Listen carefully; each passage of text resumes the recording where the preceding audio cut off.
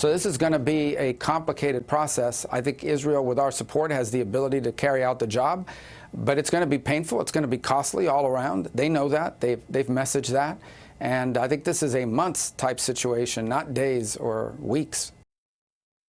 That was Florida Senator Marco Rubio Sunday on CNN's State of the Union, predicting that Israel-Hamas conflict could go on for a very, very long time. Yes, we even heard Benjamin Netanyahu say that it would too. CBS News Miami's Ian Lee joins us now live from Tel Aviv.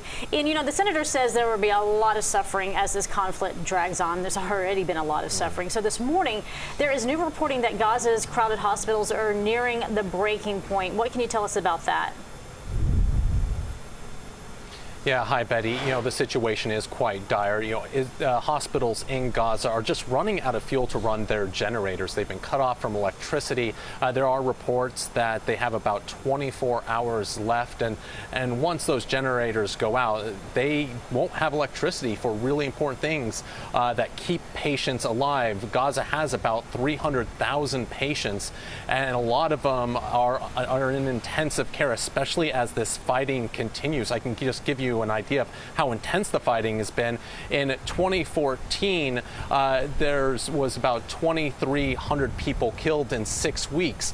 Well, that number has been exceeded in this latest round of fighting, and we're a little over a week long. So there is a lot of suffering in Gaza. The UN wants that Rafah border crossing open so they can get that desperately needed humanitarian supplies in to those people who have fled the northern part of Gaza. There's about 1 million people displaced. Hundreds of thousands of people are taking shelter in UN schools. These are designated safe zones for civilians, but as you can imagine, they weren't designed to house people, and so the situation in those schools are pretty bad as well. And so, you know, what they need right now is that these desperately needed supplies to come into Gaza. They also need fuel to get into Gaza, electricity, so these hospitals can run and they can keep people alive.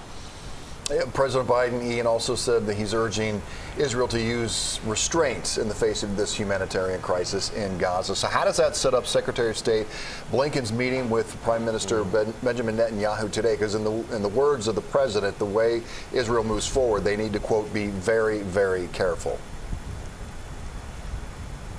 You know, Secretary Blinken has been doing shuttle diplomacy throughout the region as this war began, going to different capitals, speaking to different leaders, trying to explain what's going on. Also, when he comes to Israel, telling them that they do need to be mindful of civilian casualties. That's something that's always been very important for the American administration, and especially because as these wars go on, right now Israel does have a lot of sympathy internationally, but as the war goes on, as you see more of the devastation in Gaza. In the past, as we've seen in previous wars, Israel loses that kind of goodwill from a lot of countries. And so for the United States, they want to make it imperative that Israel is mindful about making sure civilians are protected, that civilians can also get what they need, and that is that humanitarian supplies. And we know that the United States is speaking with Israel, with Egypt, trying to get that Rafah border crossing open. The Egyptian foreign minister today said that they're ready to go to open it, to let foreigners or Palestinians with foreign passports out. That includes hundreds of Americans, but also let humanitarian aid in. They say what's holding it up right now is the Israeli side. So there's a lot of negotiations needing to go on there. There's a lot more to come. Okay, and the intricacies are very deep. But Ian, thank you so much. We appreciate it.